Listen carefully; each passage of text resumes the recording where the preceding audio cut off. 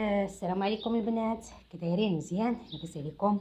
تنتمنى تكونوا مزيانين واموركم على خير يا ربي. المهم ندخلوا في الموضوع. اليوم جيتكم في واحد السؤال، كلمه يا ريت. يا ريت ديك الحاجه ما درتهاش، ولا يا ريت ديك الحاجه كنت علمتها، ولا يا ريت ديك الحاجه انا قدرت نديرها وما درتهاش. كلمه يا ريت شنو هي بالنسبه لبنادم؟ بالنسبه لكم واش هي حاجه ما تنتعلموهاش من الصغر وتنديروها وتنوليو ندموا عليها؟ شحال من حاجه تنديروها اخطاء، تنغلطوا، وملي تيجي شي حد يشوفنا غلطنا ويجي ينتقدنا ولا يجي ينصحك، تقولي ديك الحاجه انا ما تعلمتهاش، انا هاد الحاجه انا متعلمت، وانا ان هذيك الحاجه عارفه انها غلط، عارفه ان ديك الحاجه راها ضروره عليا وعلى اللي انا تعاملت معاه فيها خايب، او شي حاجه تنديرها خايبه، او شي حاجه والديا شافوني تنديرها وما نصحونيش فيها من الصغر، تيقولوا دابا تكبروا وتتعلم، ولكن ما عرفوش لما ملي تكبري شلا ما تتعلمي وشلا ما تتعلم حوايج خايبين. وكاين شي حوايج راه تناكلوا عليهم العصا، تنضربوا عليهم باش ما نعاودوش نديروهم. ملي تكوني صغيره شحال من حاجه تجي والديك واخا يضربوك على يديك يقول لك هاد الحاجه راه ما تدارش غلط. وكاين شي حوايج راه تيكونوا غلط ويضحكوا لك فيها، تديري حاجه خايبه ويضحكوا لك ويقول لك دابا تكبري وتعلمي، ولكن ما تعرفوش بلي ملي تكبري راكي تزيدي في داك الغلط، وهما ما تيشوفوكش انك ملي تخرجي لبرا الزنقه وتعلمي من حوايج الزنقه. يعني خصك تعلمي من الاول ديك الحاجه راكي ما ديريهاش.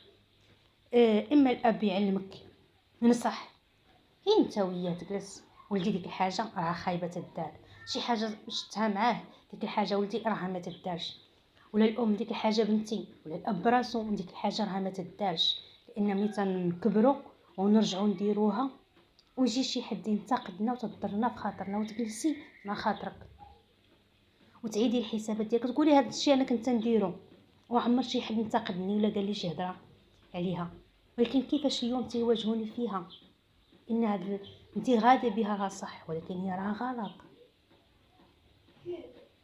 هادشي كامل غلط في غلط،